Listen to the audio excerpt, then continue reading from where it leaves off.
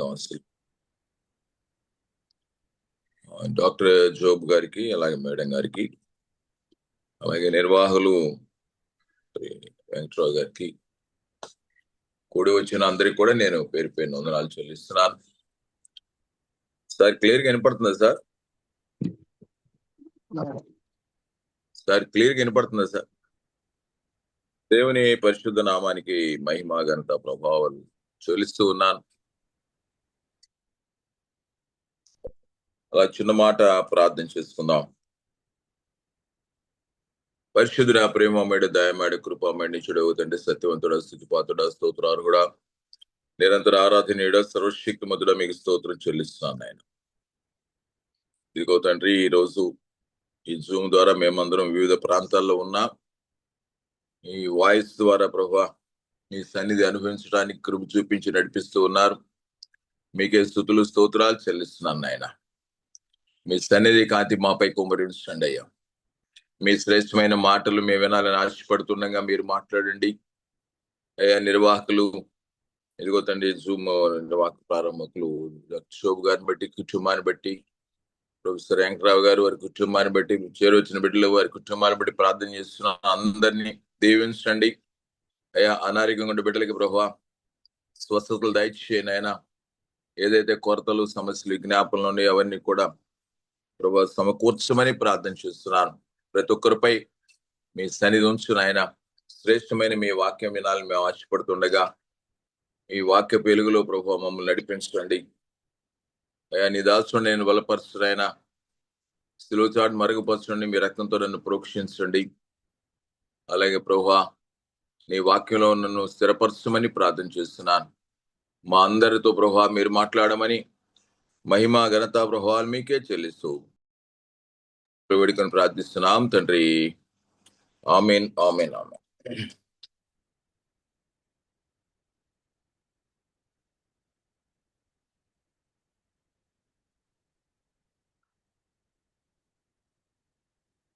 ప్రియమైన దేవుని బిడ్డారా, శ్రేష్టమైన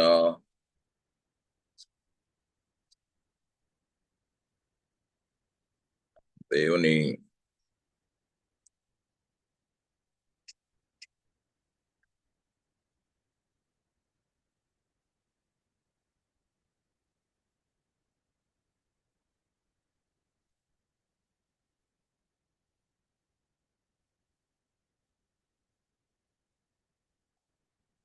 పరిశుద్ధ గ్రంథంలో నుండి కొరింథీ సంఘాన్ని రాసిన మొదటి పత్రిక 15వ అధ్యాయము 50 నుంచి 52 వరకు. కొరింథీ సంఘాన్ని రాసిన మొదటి పత్రిక 15వ అధ్యాయము 50వ వచనం నుండి, సహోదరులారా, నేను చెప్పున్నది ఏమనగా, రక్త మాంసములు దేవుని రాజ్యమును స్వతంత్రించు కొననేరవు, క్షయిత అక్షయితను స్వతంత్రించుకొనదు. ఇదిగో మీకు ఒక మర్మము తెలుపుచున్నాను. మనమందరము నిద్రించము గాని నిమిషములో ఒక రెప్పపాటున కడబూరం రోగగానే మనమందరము మార్పు పొందుదుము. బూరం రోగును, అప్పుడు మృతులు అక్షయులుగా లేపబడుదురు, మనము మార్పు పొందుదుము. ప్రియమైన దేవుని బిడ్డారా, పౌలు గారు కొరింథీ సంఘానికి వ్రాస్తూ ఈ మాటలు తెలియచేశారు. దేవుని రాకడ గురించి. అందుకనే మీకు ఒక మర్మము తెలుపుచున్నానంటాడు. ప్రపంచంలో పరిస్థితులన్నీ కూడా ప్రజలకు అనుకూలంగా లేవు. ప్రియమైన దేవుని బిడ్డారా, రాకడ సూచనలు అనేకం కనిపిస్తా ఉన్నాయి. ఎన్ని చేసినా ప్రభు అన్నారు మనతో, యెరూషలేము కొరకు ప్రార్థన చేయండి, ఇశ్రాయేలు కొరకు ప్రార్థన చేయండి అన్నారు. మనము ఇశ్రాయేలు దేశం కొరకు ప్రార్థన చేయవలసిన వారమై ఉన్నాం. దేవుని యొక్క ఆజ్ఞ. ఏది జరిగినా దేవుని చిత్తం ఉంటుంది దాంట్లో. మన కొన్ని కొన్ని అన్యాయంగా కనిపించినా దేవుని చిత్తం ఏదో దాగి ఉంటుంది. అందుకే నాడు మరి ఇస్రాయల్ దేశం కూడా అనేక దేశాలు దానికి వ్యతిరేకంగా పోరాటాలు చేస్తూ ఉన్నాయి. మరి యుద్ధాలు జరుగుతూ ఉన్నాయి. మొదటగా గాజా అని, పాలస్తీనా అని రకరకాలుగా, ఈరోజు ఇరాన్ అని మరి అనేక పరిణామాలు జరుగుతూ ఉన్నాయి. ఎనీహౌ ఇవన్నీ కూడా రాకడకు సూచనలని ప్రభువు చెప్పారు. స్పష్టంగా ఎప్పుడని చెప్పలేదు కానీ శిష్యులకి, కుమారుడికైనా తెలియదు. కానీ మీరు సిద్ధపడి ఉండండి. కానీ రాకడని చాలా కాలం నుంచి చెప్పబడుతుంది. కానీ మన పితరుల కాలం నుంచి ఇదిగో నేను త్వరగా వచ్చుతున్నాననే వాక్యం చెబుతా ఉంది, కానీ ఆయన రావట్లే. కానీ ప్రజలకు చాలా నిర్లక్ష్యంగా ఉంది. ఆయన అన్నాడే కానీ వచ్చిన దేవుడు కాడు, ఇలాగే అంటా ఉంటారు అని చాలా మంది ఆయన రాకడ గురించి ఒక నిర్లక్ష్యం. కొంతమంది ఇంకా కొద్దిగా ఆలస్యం అయితే బాగుండలేని నిర్లక్ష్యం, సిద్ధపాటు లేక. అందుకని ఇక్కడ ఏమంటున్నట్టే ఆయన ఒక రెప్పపాటున, నిమిషములో ఒక రెప్పపాటున కడబూరం రోగగానే మనమందరము మార్పు పొందదు. రెప్పపాటున అది జరిగేది రెప్పపాటే. దేవుని వాక్యం విస్తారంగా ప్రపంచంలో ప్రకటించబడటానికి కారణం ప్రజలు సిద్ధపరచబడటం కోసం. వాక్యం అనేది వెలుగు, వాక్యమే సత్యము. ఇది సత్యవాక్యం. గతంలో ఏం జరిగినాయో అవన్నీ కూడా సత్యాలు, ఇప్పుడు ఏం జరుగుతుందో అవన్నీ కూడా సత్యాలు. జరగబోయే సంగతులు కూడా పరిశుద్ధ గ్రంథంలో ప్రభువు రాశాడు, అవి కూడా సత్యములు. ఇవన్నీ జరుగుతాయి. క్యాలిక్యులేషన్ కూడా ప్రభువు చెప్పాడు, నిమిషంలో ఒక రెప్పపాటున కడబూరం రోగగానే మనము మార్పు చెందుదము. ఒకవేళ ఇప్పుడు రాకడైనా పరిశుద్ధంగా మనం ఉంటే మార్పు చెందుతాం. కానీ సిద్ధపడటానికి సమయం చాలదు. ఈ కడవరి కాలంలో మనలో ఉండవలసిన అలర్ట్నెస్, సిద్ధపడి ఉండాలి. అందుకనే చాలా మంది ఆ రాకడ గురించి చెప్తున్నారు, కానీ ప్రభు యొక్క ప్రేమ దాంట్లో ఏముందంటే, పేతురు రాసిన మొదటి పత్రిక 3వ అధ్యాయము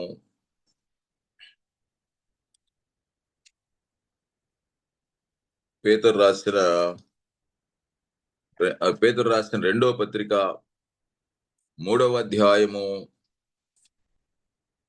9వ వచనం అంటాడు, కొందరు ఆలస్యమని ఎంచుకున్నట్టు ప్రభు తన వాగ్దానం గురించి ఆలస్యము చేయువాడు కాడు, కానీ ఎవడునో నశింపవలని నిశ్చయింపక అందరూ మారు మనస్సు పొందవలని కోరుచు మీ ఎడల దీర్ఘశాంతము గలవాడై ఉన్నాడు.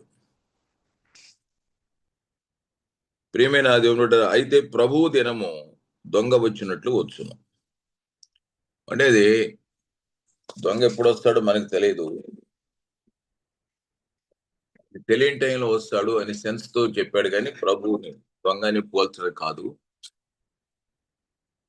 ఆ దొంగ ఎట్లా వచ్చినప్పుడు మనకి ఎట్లయితే తెలియదో, ఇప్పుడు సన్నివేశం కూడా అట్లా ఉంటుంది అన్నట్లుగా ప్రభువు చెప్పారు. అందుకని పౌలు గారు కొరింథీ సంఘాన్ని సిద్ధపరుస్తూ ఒక నిమిషంలో రెప్పపాటున కడబోరం రోగగానే మనం మార్పు చెందుతాం. ఇది సత్యం. మనం ఇప్పటివరకే ఆరోగ్యాలు కావాలని, ఐశ్వర్యం కావాలి, బిడ్డల ఉద్యోగాలు కావాలని, వివాహాలు కావాలని, వివాహం అయితే సంతానం కావాలని, లేకపోతే ఇంకోటి బిల్డింగ్లు కావాలని, వస్త్రాలు కావాలని, వసతులు కావాలని, సౌకర్యాలు కావాలని, రకరకాల ఎన్నో మనవులు దేవుడి దగ్గర పెట్టాం, ప్రార్థనలు చేస్తూనే ఉన్నాం. ప్రభు చాలా వరకు అంగీకరణ చేస్తూనే ఉన్నాడు. మంచిదే, భూ సంబంధమైనవి ఇవ్వాలని ఆయనకు కూడా ఇష్టమే. ఎందుకంటే ఆయన యొక్క సృష్టి మనము ఆదాము నుంచి ఉన్న ప్రతి వ్యక్తి ఆయన సృష్టి కనుక ఆయన సృష్టి మనం. కానీ ఎవరైతే రక్షణ పొందారో ఆ వారేమో ఆయన బిడ్డలు. అంటే ఆయన చేసిన వారం మనం. కానీ మనం రక్షణ పొందిన వారు బాప్తిస్మం ద్వారా, మారు మనసు అనుభవం ద్వారా, పాపక్ష అనుభవం ద్వారా, బాప్తిస్మం ద్వారా, పరిశుద్ధాత్మను పొందుకొని రక్షణానుభవంలో ఉన్న మనము ఆయన పిల్లలం కనుక ఆయన చేసినటువంటి మానవులు వేరు, ఆయన పిల్లలు వేరు. అందుకని యోహాను సువార్త 1:12 అంటాడు, తను ఎందరు అంగీకరించారో అనగా ఆయన ఎందు విశ్వాసం ఉంచిన వారు దేవుని పిల్లలగుటకు అధికారం ఇచ్చాడు. దేవుని పిల్లలు, రక్షణ పొందిన మనం ఎవరంటే దేవుని పిల్లలం. కనుక ఆయన పిల్లలుగా మనం ఉంటే ప్రియమిత్రుడా, ఆయన పిల్లలుగా మనం ఉంటే ఏ సమయంలో బోర మురిగిన మనం మార్పు చెందుతాం, పైకెత్తబడతాం. ఇది ఇంపార్టెంట్ ఇప్పుడు ఈ రాకడ చివరి దినాల్లో. అందుకని ఆయన ఆలస్యం ఎందుకు చేస్తున్నాడంటే మారు మనసు పొందాలని. జూమ్లో మీరు ఎన్నో సంవత్సరాల నుంచి మరి జోబు గారు కానీ, వెంకటరావు గారు కానీ, వారి కుటుంబాలు కానీ, ఒక్కోసారి మేడం గారు వాళ్ళు కూడా ఇవి నిర్వహించిన సమయాలు ఉంటాయి. కనుక కుటుంబాలే ఒక ఆసక్తితో ఈ దేవుని వాక్యం ప్రకటించబడాలి, రోజు ఈ వాక్యాన్ని మనం ధ్యానం చేయాలని ఒక ప్రత్యేకమైన శ్రద్ధతో అనేకులకి ప్రయోజనకరంగా ఉన్నట్లుగా కుటుంబాలు నిర్వహించడానికి గల కారణం సిద్ధపాటు కొరకే. మనం వాక్యం ద్వారా సిద్ధపడటం కోసమే ఇవన్నీ కూడా జూమ్స్. అందుకని మనము మారు మనస్సు కనుక ఈ జూమ్ లో మీరు పాల్గొంటూ ఇంత ఆసక్తిగా ఉంటున్నారు కనుక మీరందరూ రక్షణానుభవంలో ఉండి ఉంటారు, దాంట్లో అనుమానంలే. కానీ ఇప్పుడు ఈ జూమ్ లో డైలీ మనం వాక్యాన్ని భుజిస్తూ బలపరచబడుతూ మన రక్త సంబంధికులు కానీ, బంధువులు కానీ, స్నేహితులు కానీ రక్షించబడ్డారా? వారి కొరకు మనం ఇప్పుడు మారు మనసులోనికి వాళ్ళని తేవటానికి ప్రయత్నం చేయవలసిన సమయం ఆసన్నమైంది. విశేషం ఇది. అలాగే కుటుంబాల్లో కూడా అందరూ మారు మనసు పొందిన అనుభవం లేకపోతే ఇప్పుడు సిద్ధపరచవలసిన అవసరం ఉంది. ఎందుకంటే రెప్పపాటు అన్నాడు, అది రెప్పపాటును ఉంటది, మార్పు చెందుతాం. ఇక అప్పుడు మనం కుదరదు. ఈ రెప్పపాటులో ఉంటది కనుక దేవుడు ఏమన్నా అంటే 51 కీర్తన మీకు దిద్దుబాటు అవసరం అంటాడు. ఆయన రాకడ రెప్పపాటులో ఉంటుంది కాబట్టి మనకేం కావాలి? దిద్దుబాటు కావాలి. ఎవరైతే దిద్దుబాటు పొందుతారో వాళ్ళు సిద్ధపాటు కలిగి ఉంటారు. అందుకే రెప్పపాటు, దిద్దుబాటు, సిద్ధపాటు. అది రెప్పపాటులో ఉంటది కాబట్టి మనం సిద్ధపాటు కలిగి ఉండాలంటే మనం దిద్దుపడాలి. మన జీవితాలు ఎలా దిద్దబడాలంటే దేవుని వాక్యం ద్వారానే. ఈ వాక్యాన్ని నిత్యం మనం చదువుతూ, వాక్యాన్ని వింటూ, ధ్యానం చేస్తూ, దాన్ని ఆకలింపు చేసుకుంటూ వాక్యానుసారంగా జీవించటం. వాక్యం ఏం చెప్పిందో దాని ప్రకారం జీవించగలిగితే మన ఆత్మలో బలపరచబడతాం, సిద్ధపరచబడతాం. వాక్యమే మనల్ని సిద్ధపరుస్తుంది. వాక్యం మనల్ని ఏ రోజు చదువుతూ ఉంటే ఆ వాక్యం సరి చేస్తుంది. మనం ఏమన్నా ఉంటే తెలియజేస్తుంది, సరి చేస్తుంది. కనుక ఆయన ఎందుకు ఆలస్యం చేస్తున్నాడు? పౌలు గారేమో సిద్ధపడండి, రెప్పపాటే సిద్ధపడండి అంటున్నాడు, కడబోరం రోగగానే. కనుక మనం ఇప్పుడు ఈ కాలం ఏ కాలం అంటే సిద్ధపాటుకు కాలం. సిద్ధపడాలి నువ్వు అంటే మొట్టమొదటి దిద్దుబాటు చేసుకోవాలి. అదే మారు మనస్సు మారి నూతనం ఒకటి వలన రూపాంతరం పొందుడి అంటాడు. కనుక ప్రియమైన దేవుని బిడ్డలారా, అయితే చాలా మంది ఈ రోజుల్లో సిద్ధపాటు కలిగి ఉండట్లే. మనం అనేకులకి తెలియపరచాలి. ఇప్పుడు నేను చెప్పినట్టుగా ఏంటంటే మనం ఈ జూమ్ లో డైలీ బలపరచబడుతూ దీన్ని అనేకులకి దాన్ని ఏంటంటే జాయింట్ చేయటం, అది అనేకులకి దీంట్లో కూడా జాయిన్ చేయటం. ఈ వర్క్ అన్నా చేయాలి. అంటే నాకు వచ్చిన తలంపును బట్టి, ఎందుకంటే చాలా ప్రపంచంలో విపత్కర పరిస్థితులు ఉన్నాయి కనుక నేను నాకు దేవుడు పెరిచిన ప్రేరేపణ ఏంటంటే అనేక మందిని దీనిలో జాయిన్ చేయగలిగితే వాక్యం ద్వారా వారు సిద్ధపాటు చేయబడతారు. వాక్యం ద్వారా సరి చేయబడతారు. కానీ ప్రియమైన బిడ్డలారా, దేవుని వాక్యం సెలవిస్తా ఉంది, ఈ లోక దేవతట వాళ్ళ కన్నులకి గుడ్డితనం కలగజేసిందట. చాలా మంది సిద్ధపడటానికి ఇష్టపడలే. కొరింథీ సంఘాన్ని రాసిన 2వ పత్రిక 4వ అధ్యాయం 4వ వచనంలో 4వ అధ్యాయం 4వ వచనంలో అంటాడు, దేవుని స్వరూపి అయిన క్రీస్తు మహిమను కనుపరచు సువార్త ప్రకాశము. సువార్త ప్రకాశం, ఇప్పుడు మన సువార్తని ప్రకటిస్తున్నాం, ఇది వెలుగు. మరి మీలో కూడా చాలా మంది సువార్త ప్రకటిస్తూ ఉన్నారు. అలాగే మీలో చాలా మంది బయటికి వెళ్ళి కూడా సువార్త ప్రకటిస్తూ ఉన్నారు. దీన్ని ఏమన్నా అంటే వెలుగు అన్నాడు. ఈ సువార్త అనేది వెలుగు, ఇది ప్రకాశించాలి. మహిమను కనపరచు సువార్త ప్రకాశము వారికి ప్రకాశింపకుండా నిమిత్తము ఈ యుగ సంబంధమైన దేవత అవిశ్వాసులైన వారి మనోనేత్రములకు గురుడితనము కలుగ చేసెను. యుగ సంబంధమైన దేవత చాలా మంది ఈ రోజుల్లో వాక్యం వినకుండా, వాక్యపు వెలుగు వాళ్ళు చూడకుండా, వాక్యపు వెలుగు ప్రకాశం వాళ్ళ మీద ప్రకాశింపకుండా గురుడితనాన్ని కలుగజేస్తాడు యుగ సంబంధమైన దేవత. ఈ సువార్త ఏమిటంటే దేవుని స్వరూపి అయిన క్రీస్తు మహిమను కనపరుస్తుంది. ఈ వాక్యం మనం వింటున్నామంటే శ్రద్ధగా వినాలి వాక్యాన్ని. దేవుని వాక్యం ఎప్పుడు కూడా శ్రద్ధగా వినాలి. ఎవరైనా మాట్లాడొచ్చు, మాట్లాడేది ఎవరో మనకు అనవసరం. ది వర్డ్ ఆఫ్ గాడ్ అది డెలివర్ అవుతూ ఉన్నప్పుడు దాన్ని నేను శ్రద్ధగా వినాలి. రెండోది, ఈ జూమ్ లో పాల్గొంటున్నప్పుడు శ్రేష్టమైన సమయం 24 గంటలో 1 గంట ఏమో ఏర్పాటు చేస్తున్నారు, చాలా ధన్యత. ఈ జూమ్ లో పాల్గొంటా ఉన్నప్పుడు వాక్యం ఈ రోజు ఏమి మరి విత్తబడుద్ది, అది నా హృదయంలో విత్తబడాలి అని మనం సిద్ధపడి ప్రార్థనతో వచ్చి కూర్చోగలిగితే ఈ వాక్యపు వెలుగు నీ మీద ఖచ్చితంగా ప్రకాశించినప్పుడు నువ్వు బలపరచబడతావు.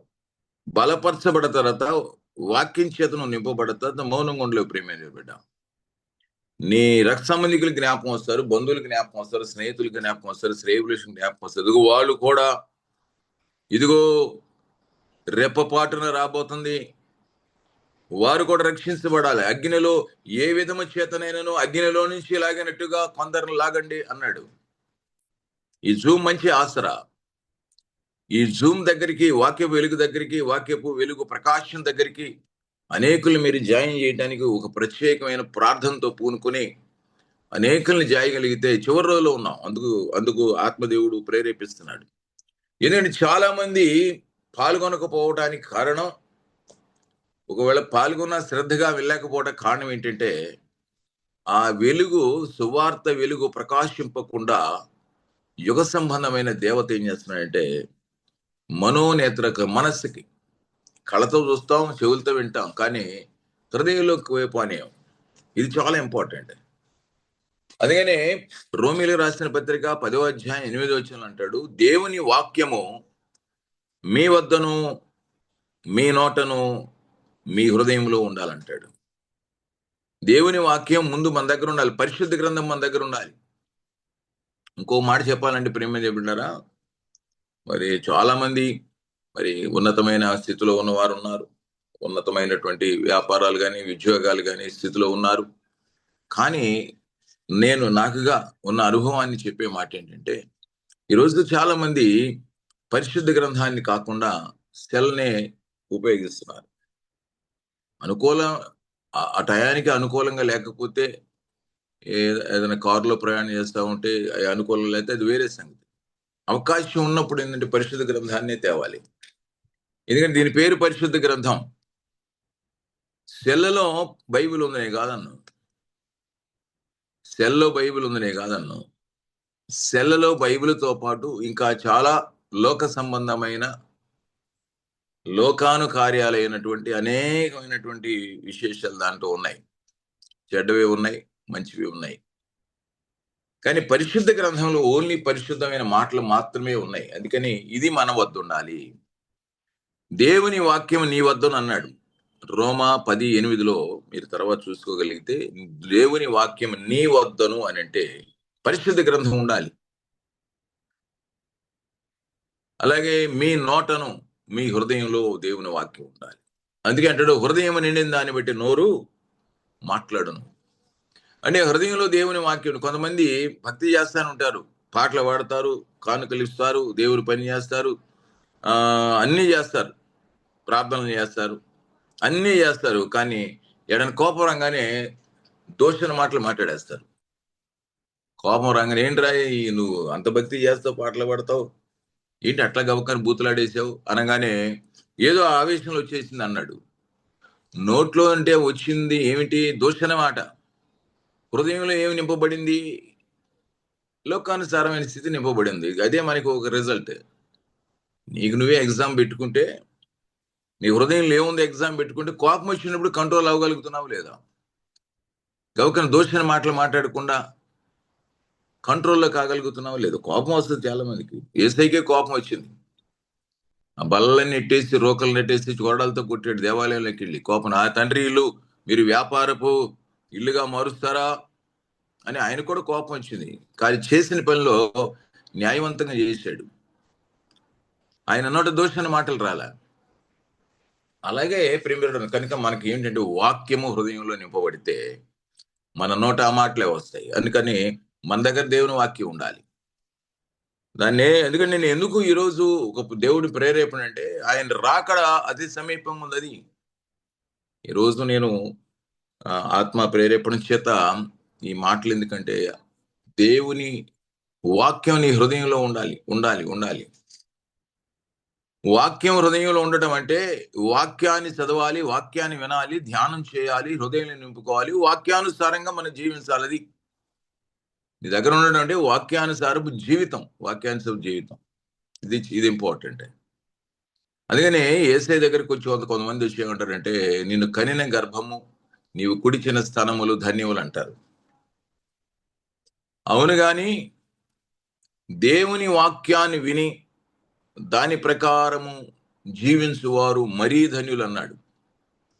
అంటే మరియమ్మని వాళ్ళు పొగుడుతూ నీవు దేవుడువై నిన్ను కన్నా మరియమ్మ ధన్యురాలు అంటే ధన్యురాలు కరెక్టే, నేను కాదన్ను. కానీ అది కాదు ఇంపార్టెంట్. వాక్యాన్ని వినాలి, దాని ప్రకారం జీవించితే మరీ ధన్యులు. కనుక వాక్యం చూడడం చాలా ఈజీ, మీరు వినటం ఇంకా మరీ ఈజీ. కానీ వాక్యానుసారంగా జీవించడం మాత్రం చాలా కష్టం. అందుకని ప్రభువు మాట్లాడేది ఏమిటంటే ఈ ప్రకాశము, సువార్త వెలుగు ప్రకాశము అందరి మీద ప్రకాశించినట్లుగా మనం ప్రయత్నం చేయవలసిన వారమే. ఇది జూమ్ అనేది చాలా మంచి ఆసరా. చాలా మందిని మనం తెలియచేసి దీనిలో జాయిన్ చేయగలిగితే ఈ వాక్యపు వెలుగు వారి మీద ప్రకాశించినప్పుడు ఆ వెలుగు ఏం చేస్తుందంటే మనోనేత్రాల్లో ఉన్నటువంటి గ్రుడ్డితనాన్ని తీసివేస్తుంది. ఈ వాక్యం దగ్గరికి వాళ్ళని తేగలిగితే, జాయిన్ చేయగలిగితే అనేకుల్ని, ఈ వాక్యపు వెలుగు వారి మీద ప్రకాశించినప్పుడు ఏమైందంటే వాళ్ళ మనోనేత్రాలకి యుగ సంబంధ దేవత కలగజేసిన గ్రుడ్డితనం తీసివేయబడుద్ది, వాళ్ళ నుండి చీకటి తీసివేయబడుద్ది, వాళ్ళకి వెలుగు కలుగుద్ది. అప్పుడు దేవుని వాక్యపు శ్రేష్టత తేటగా వాళ్ళు చూడగలుగుతారు. ఆ వాక్యం ఏం చేస్తుందంటే వాళ్ళని దిద్దుద్ది, సిద్ధపరుస్తుంది. అందుకని రెప్పపాటు, దిద్దుబాటు, సిద్ధపాటు కావాలంటే దిద్దుబాటు కావాలి. దిద్దుబాటు చేసేది దేవుని వాక్యం. కనుక ఈ వాక్యపు వెలుగు ఈ యుగ సంబంధమైన దేవత గరుడితనం కలిగేస్తుంది. మీకు అందుకనే ఇంకో మాట జ్ఞాపకం చేస్తాను. కొరింథీ సంఘాన్ని రాసిన మొదటి పత్రిక 2వ అధ్యాయము 7వ వచనంలో రాయబడ్డ మాట, ఈ లోకాధికారుల జ్ఞానమును కాదు గాని దేవుని జ్ఞానము మర్మమైనట్లుగా బోధించుతున్నాము. ఇక్కడ కొరింథీ సంఘానికి 15వ అధ్యాయంలో కూడా ఇదే మాట వాడాడు పౌలు గారు. కొరింథీ సంఘాన్ని రాసిన మొదటి పత్రిక మీకు మూలవాక్యంగా నేను చదివించింది, మీకు ఒక మర్మము తెలుపుచున్నాను అన్నాడు. కొరింథీ సంఘాన్ని రాసిన మొదటి పత్రిక 15:52 వచనంలో మీకు నేను ఒక మర్మము తెలుపుచున్నానని పౌలు గారు ఏమన్నాడంటే, నిమిషములో రెప్పపాటున కడబోరం రోగగాని మనం మార్పు చెందుతాం. మనం పరిశుద్ధులంగా ఉంటే, పవిత్రులంగా ఉంటే, రక్షణ పొంది దేవుని బిడ్డలంగా ఉంటే ఆ బోరం రోగంగాని మనం ఏమవుతాం అంటే మార్పు, ఈ మట్టి శరీరం మహి శరీరంగా మారుద్ది. తర్వాత సమాధుల్లో ఉన్న పరిశుద్ధులంతా కూడా లేపబడతారు. ఈ మాటలు మళ్ళీ ఏం చేశాడంటే తెస్సలోనికి రాసిన సంఘానికి రాసిన మొదటి పత్రికలో రాశాడు 4వ అధ్యాయము, తెస్సలోని రాసిన మొదటి పత్రిక 4వ అధ్యాయము 16వ వచనంలో అంటాడు, ఆర్భాటముతోను, ఇక్కడేమో కడబోర అన్నాడు, ఆర్భాటముతోను ప్రధాన దూత శబ్దముతోను దేవుని బోరతోను పరలోకము నుండి ప్రభువు దిగివచ్చును. తెస్సలోని సంఘానికి ఈ మాటలు చెప్తున్నాడు. ఎట్లా? ఆర్భాటముతోను ప్రధాన దూత శబ్దము దేవుని బోర. ఇక్కడేమో కొరింథీ సంఘానికి కడబోర అన్నాడు, ఇక్కడేమో దేవుని బోరతోను పరలోకము నుండి ప్రభు దిగివచ్చును. క్రీస్తు నుండి మృతులైన వారు మొదట లేతురు, ఆ మీదట సజీవులమై నిలిచిండు మనము వారితో కూడా ఏకముగా ప్రభుని ఎదుర్కొట్టుకు ఆకాశమండమునకు మేఘముల మీద కొనిపోబడదుము. కాగా మనము సదాకాలం ప్రభుతో కూడా ఉందము. కాబట్టి మీరు ఈ మాటల చేత ఒకరినొకడు ఆదరించుకొనుడి. సజీవుల మెలిచుండి మనము వారితో కూడా ఏకంటే మనం మార్పు చెందుతాం. అందుకని ఇక్కడ అన్నాడు, మనము రెప్పపాటున మార్పు పొందుతాం అన్నాడు. సజీవులుగా ఉన్న మనమేమో మట్టి శరీరం మహిమ శరీరంగా మారిపోద్ది, మట్టిలో కప్పబడ్డ వాళ్ళేమో మహిమ శరీరంతో లేపబడతారు. ఇద్దరు ఏకంగా మేఘాల మీద మధ్యాకాశానికి వెళతారు. ఇది సత్యము, ఇది దేవుని జ్ఞానము, జరగబోయే సంగతి ఇవి. అందుకని పౌలు గారు ఒక మర్మము తెలుపుతుండే. ఏంటంటే ఆ మర్మము, ఇట్లా మనం మార్పు చెందుతాం, సమాధుల్లో ఉన్న వాళ్ళు లేపబడతారు. కనుక ప్రియమైన దేవుని బిడ్డలారా, ఈ సత్యాలన్నీ తెలియకుండా ఉండినట్టుగా యుగ సంబంధమైన దేవత అనేకులకు మనోనేత్రములకు మనస్సులకు గురుడితనం కలిగజేశాడు. ఆ వెలుగు ప్రకాశించకుండా. ఆ వెలుగు ఏంటంటే దేవుని వాక్యం. ఆ వాక్యాన్ని కానీ మనం అనేకులకి అందించగలగాలి. ఇది చాలా ఇంపార్టెంట్ అండి. పరలోకం మీరు ధనాన్ని సమకూర్చుకోండి అన్నాడు, పరలోకంలో మీరు ధనాన్ని సమకూర్చుకోండి అన్నాడు. ఈ లోకంలో ధనం అంతా తుప్పుబట్టిపోద్ది. ధనం ఉండొద్దని కాదు, ధనం ఉండొద్దని కాదు. తను ఇంకో మాట చెప్పాడు. ఏం చెప్పాడంటే, ధనవంతులారా, మీరు సుఖముగా జీవించినట్లు దేవుడు మీకు ఇచ్చిన ధనాన్ని ఆరాధించొద్దు కానీ ధనముని ఇచ్చిన దేవుణ్ణి ఆరాధించండి అన్నాడు. ఎందుకంటే మనకి ధనం ఇచ్చాడు సుఖంగా ఉండడానికట. దేవుని వాక్యమే రాస్తుంది. కానీ మనం ఏం చేస్తున్నామంటే ఆ ధనం వైపే చూస్తూ ధనాన్నే ఆసరా చేసుకుని ధనాన్ని ఆరాధిస్తున్నాం. కానీ అది ఇచ్చిన దేవుణ్ణి ఆరాధించమన్నాడు. అది ఇచ్చింది నేనే అన్నాడు. ఎందుకంటే మనం భూలోకంలో సమృద్ధి కలిగి ఉండాలి, పరలోకపు ఆ స్థానం కూడా మనం పొందుకోవాలి. దేవుని ఉద్దేశం అది. అందుకే ఏమన్నంటే, నా రాజ్యమును నా నీతిని వెతకండి, నా రాజ్యమును నా నీతిని వెతకండి, అవి ఇస్తాను. ఈ భూలోకంలో మిమ్మల్ని చేసింది నేనే గనక. 100వ కీర్తన 3వ వచనంలో రాసి ఉంటది, ఆయనే మనలను పుట్టించను. దేవుడే మనల్ని పుట్టించాడట. ఆయన బిడలం మనం, ఆయన సృష్టి మనం, ఆయన చేసిన వారం మనము, ఆయన వారము అన్నాడు, ఆయన చేసిన వారము. కనుక మనల్ని పోషించడానికి ఆయన ఇష్టపడతాడు. అందుకని అన్నాడు, ఆది కాండంలో అన్నాడు, మీరు ఫలించి అభివృద్ధి చెంది విస్తరించి భూమిని నిండించి దాన్ని స్వతంత్రించుకోండి అన్నాడు. భూమిని స్వతంత్రించుకోమన్నాడు మనల్ని. మహా ఆకాశాలు మనకి ఇవ్వలే, అవి మీకు ఇవ్వలేదని రాశాడు. భూమిని మీకు ఇచ్చాను, దాన్ని స్వతంత్రించుకోండి. అంటే స్వతంత్రించుకోండి అంటే భూమి మీద మీరు పంటలు పండించి జీవించండి. భూమి లోపల ఉన్నటువంటి ఏదైనా కానీ ద్రవాలు కానీ ఘన పదార్థాలు కానీ ఏదైనా కానీ అవన్నీ మీరే అనుభవించండి. సకల సమృద్ధి కలిగి జీవించండి, దీవించబడండి అన్నాడు. అంటే ఇచ్చాడు మనకి. కానీ మనం ఆయన వైపు చూడక లోకం వైపు చూస్తూ అవన్నీ ఏమి సాధించుకోలేకపోతున్నాం. కానీ ఆకాశములు నావి అన్నాడు, మీవి కావు అన్నాడు. మరి ఇంతగా మనకి ఇచ్చిన దేవుడు మనల్ని ఎప్పుడు కూడా తక్కువ చేయడానికి ఇష్టపడ్డు, సమృద్ధి ఇస్తాడు. కానీ ఏదైతే మనకి ఇచ్చాడో దాన్ని మనం ఆరాధన చేస్తున్నాం అంటాడు ఈరోజు. అది ప్రభు అనేది. నేను ఏదైతే ఇచ్చానో దాన్ని మీరు చూసి ఆరాధిస్తున్నారు, కానీ ఇచ్చి నన్ను ఆరాధించి మర్చిపోతున్నారు. అందుకనే నా రాజ్యమును నా నీతిని వెతకండి అంటాడు. ఆయన రాజ్యము, రక్షణ పొందిన సమూహమే ఆయన రాజ్యం. నా రాజ్యము నా నీతిని వెతకండి అంటే ఆయన రాజ్యాన్ని వెతకమంటున్నాడు. ఆయన రాజ్యం ఏంటంటే రక్షించబడ్డ వారి సమూహమే ఆయన రాజ్యం. అంటే మీరు రక్షణ పొందండి, ముందు రక్షణ పొందండి. మారు మనసు అనుభవంతో, బాప్తీసం కంటే ఇంపార్టెంట్ అంటే మారు మనసు మారాలి, మనసు మారాలి. అది చాలా ఇంపార్టెంట్. దాన్ని ఏది మార్చగలదంటే దేవుని వాక్యం మార్చగలదు, యేసుక్రీస్తే మార్చగలడు. అందుకని ఆయన పాదాల దగ్గరికి రప్పించాలి అనేకుల్ని.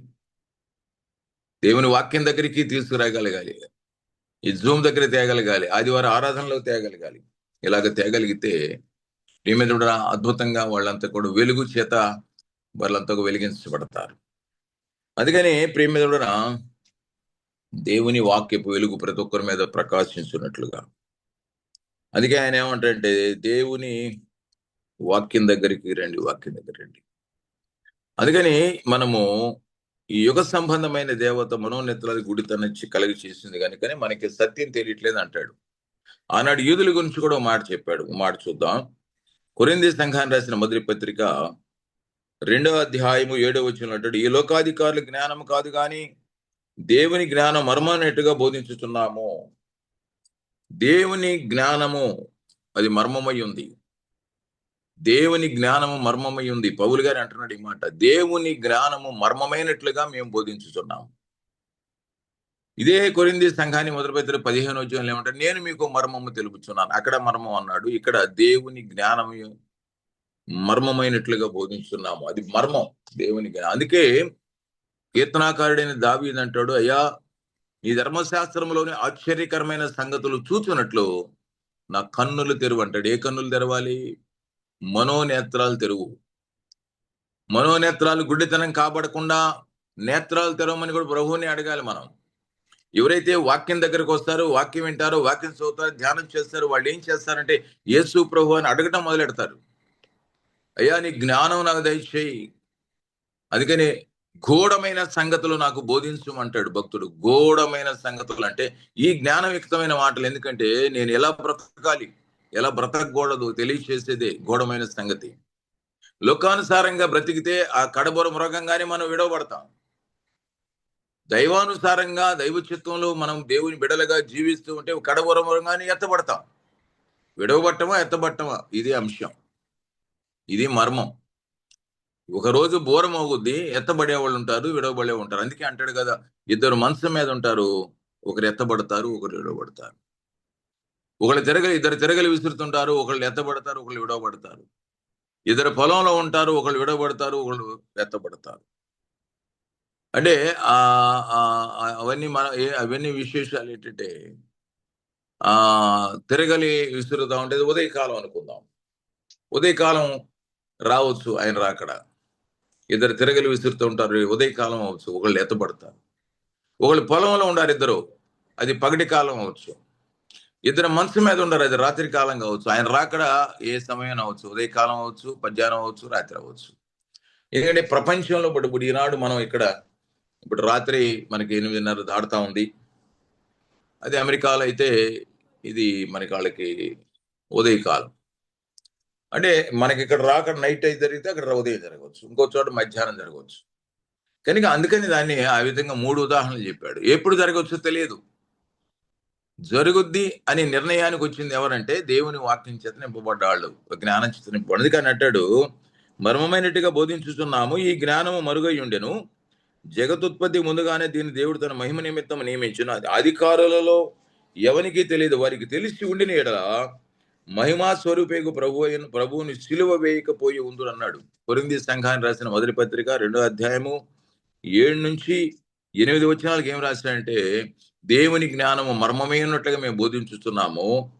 ఇది లోకాధికారులకు తెలియదు, ఈ లోక సంబంధమైన వ్యక్తులకు తెలియదు. ఆనాడు యూదులు కానీ, శాస్త్రులు కానీ, ప్రధాన యాజకులు కానీ, అక్కడ ఉన్నటువంటి వారంతా కూడా రోమా వారికి కానీ ఏం తెలియదంటే దేవుని జ్ఞానం యొక్క మర్మం వాళ్ళకి తెలియదట. రాస్తున్నాడు పౌలు గారు ఇక్కడ, దేవుని జ్ఞానం యొక్క మర్మం వాళ్ళకి తెలియదట. తెలిసుంటే యేసుక్రీస్తుని సిలువ వేసి ఉండకపోదురు అని రాస్తాడు ఇక్కడ.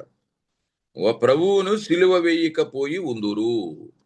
వాళ్ళకి దేవుని జ్ఞానం యొక్క మర్మం తెలుసుంటే, జరగబోయే సంగతే వాళ్ళకి తెలుసుంటే, జరగబోయే సంగతి చెప్పింది బైబిల్, పరిశుద్ధ గ్రంథం. ఈ పరిశుద్ధ గ్రంథం జరగబోయేటటువంటి మర్మమైన విషయం వాళ్ళకి తెలుసుంటే సిలువ వేసేవాళ్ళు కాదంట. ఏమిటి ఆ మర్మం అనంటే, యేసుక్రీస్తు ప్రభు వారిని సిలువ వేద్దాం, ఇంతటితో ఈయనతో మనకు సమస్య పోద్ది అనుకున్నారు వాళ్ళంతా. నేను రాజుని అంటున్నాడు, నేను దేవుని కుమారుని అంటున్నాడు, నేనే దైవం అన్నాడు. ఈ రీతిగా దైవ దోషం చేస్తున్నాడు, రాజదోషం చేస్తున్నాడు, నేనే రాజుని అంటున్నాడు. కనుక ఇతను ఇలాగా చేస్తున్నాడు, అలాగే అనేకుల్ని స్వస్థతలు ఎన్ని అద్భుతాలు చేసి అనేకులను ఆకర్షిస్తున్నాడు. ఈ రైతుకైతే మన అధికారాలన్నీ ఏమి నిలబడతాయని యాజకులు కానీ ప్రధాన శాస్త్రులు కానీ అంతా కూడా వాళ్ళంతా కూడా కుట్ర చేసి ఆయనను సిలువకు అప్పగించాలి, చంపించాలి, ఇంతటితో ఈయన సమస్య పోద్దని వాళ్ళు అనుకున్నారు. కానీ దేవుని జ్ఞానం యొక్క మర్మం ఏంటంటే యేసుక్రీస్తు ప్రభువాన్ని లోకంలోకి దేవుడు పంపించి దేనికోసం అనంటే సిలువ మరణము ద్వారా పాపంలో ఉన్న మానవాళి యొక్క పాపమును తీసివేయుటకు ఆయన సిలువ ద్వారా కార్యం చేయించడానికి పంపించాడు. సిలువలో ఆయన అందరి పాపములు ఆయనపై వేసుకుని సిలువ అందుకే అంటాడు మనకు విరోధముగా ఉన్న రుణపత్రమును పాప రుణపత్రమును యేసుక్రీస్తు సిలువలో మేకులతో కొట్టిన రాస్తుంది వాక్యం. ఎందుకంటే నేను ముగిస్తున్నాను, ఎక్కువ సమయం లేదు కానీ ముగిస్తున్నాను. ఏం రాస్తుందంటే దేవుని జ్ఞానం యొక్క మర్మం ఏమిటంటే యేసుక్రీస్తు ప్రభు వారిని తన ప్రియకుమారుడు దేవుడి లోకంలోకి ఎందుకు పంపించాడంటే మానవాళి పాపములు ఉండగా వారి పాపం వారు తీసివేసుకోలేని పరిస్థితుల్లో ఉండగా మానవుడు యజ్ఞాలు చేస్తున్నాడు, యాగాలు చేస్తున్నాడు, అలాగే దాన ధర్మాలు చేస్తున్నాడు, కానీ పాపం తీసివేయలేపడుతుంది.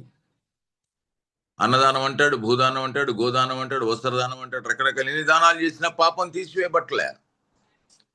అందుకని పాపం తీసివేయబడాలంటే రక్తం చిందించబడాలని హెబ్రీ సంఘానికి పౌలు గారు రాశాడు. 9వ అధ్యాయము 22వ వచనం అంటాడు రక్తము చిందించబడకుండా పాప పరిహారం జరగదని సామాన్యంగా మనం చెప్పొచ్చు. అక్కడే 9:12లో ఏమంటాడంటే మేకలు ఎక్కువ కొడల యొక్క రక్తం కాదు కానీ తన పరిశుద్ధ రక్తంతో ఒక్కసారి ఆయన పరిశుద్ధ స్థలంలో ప్రవేశించను. కనుక పాపం తీసివేయబడాలంటే మనం ఎన్ని దానాలు కాదు, దానాలు చేయాలి, మంచిదే, కానీ రేపు అక్కడ మనం వెళ్ళినప్పుడు ఉపయోగపడతాయి. నువ్వు చేసిన దానాలన్నీ కూడా మంచిదే, కానీ నువ్వు వెళ్ళాలిగా, నువ్వు పరలోకంలోకి వెళ్ళాలిగా, వెళ్ళిన తర్వాత ఇవన్నీ నీకు అక్కడ ఉపయోగపడతాయి. అందుకని పరలోకంలో ధనాన్ని సమకూర్చుకోండి అంటున్నాడు, కరెక్టే. నువ్వు చేసిన దాన ధర్మ కార్యాలను బట్టి అనేక రక్షణలు నడిపించినప్పుడు అక్కడ ఉంటాయి, కానీ నువ్వు వెళ్ళాలిగా, నువ్వు వెళ్ళాలంటే రక్షణ పొందాలి. అందుకే కొర్నేలిని దర్శనంలో దేవుడు దర్శించి పేతుని పిలిపించుకుని సువార్త వెలుగు నీ మీద ప్రకాశింపజేసుకుని రక్షణ పొందని కొర్నేలితో చెప్తే పిలిపించుకుని వాక్యం విని వాళ్ళంతా కూడా బాప్తిస్మం పొందాడు, రక్షణ పొందాడు. ఉంది, దానాలుండే, ధర్మాలుండే, భయం ఉంది, భక్తి ఉంది, ప్రార్థన కూడా చేస్తాడు, కానీ ఏం లేదు, రక్షణ లేదు. కానీ వెళ్ళలేడుగా, ఈ దాన ధర్మాల వల్ల ప్రార్థనల వల్ల పరలోకంలోకి వెళ్ళలేడు కొర్నేలి. ఎప్పుడైతే బాప్తిస్మం పొందాడో అప్పుడే రక్షణ అనుభవంలోకి వచ్చి పరలోక ప్రాప్తి పొంది అది ఇవ్వటానికి యేసుక్రీస్తు ప్రభు వారిని తన పిరికమడి దేవుడి లోకంలో పంపించి సిలువలో ఆయన చివరి బొట్టు రక్తం కాదు ఆ రక్తాన్ని ఎవరైతే ఆశ్రయిస్తారో సిలువకి ఎందుకు అప్పగించాడంటే మన పాపములన్నీ ఆయనపై వేసుకుని మన పాపముల నిమిత్తం ఆయన చనిపోయి, అంటే ఆయన మన మీద ఉన్న పాపములన్నీ ఆయనపై వేసుకుని సిలువతో మేకులతో కొట్టాడు.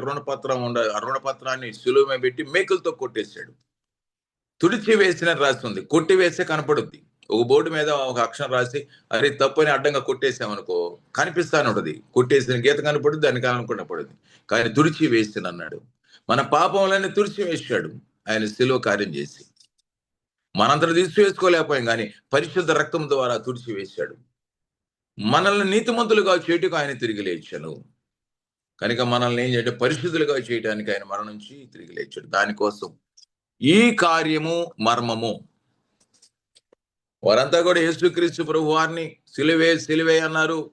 ఇంతలో చనిపోతాడు అనుకున్నారు, కానీ సిలువ వేస్తే ఆయన చనిపోయి రక్తాన్ని చిందించి సమాధి చేయబడి మూడో దాన్ని తిరిగి లేస్తాడన్న సంగతి వాళ్ళకి తెలియదు. తెలిసి ఉండని ఎడల సిలువ వేయకపోయి ఉందరని పౌలు గారు కొరింథీ సంఘానికి రాస్తున్నాడు మొదటి పత్రికలో 2వ అధ్యాయము 7, 8, 9, 10 వచనాల్లో.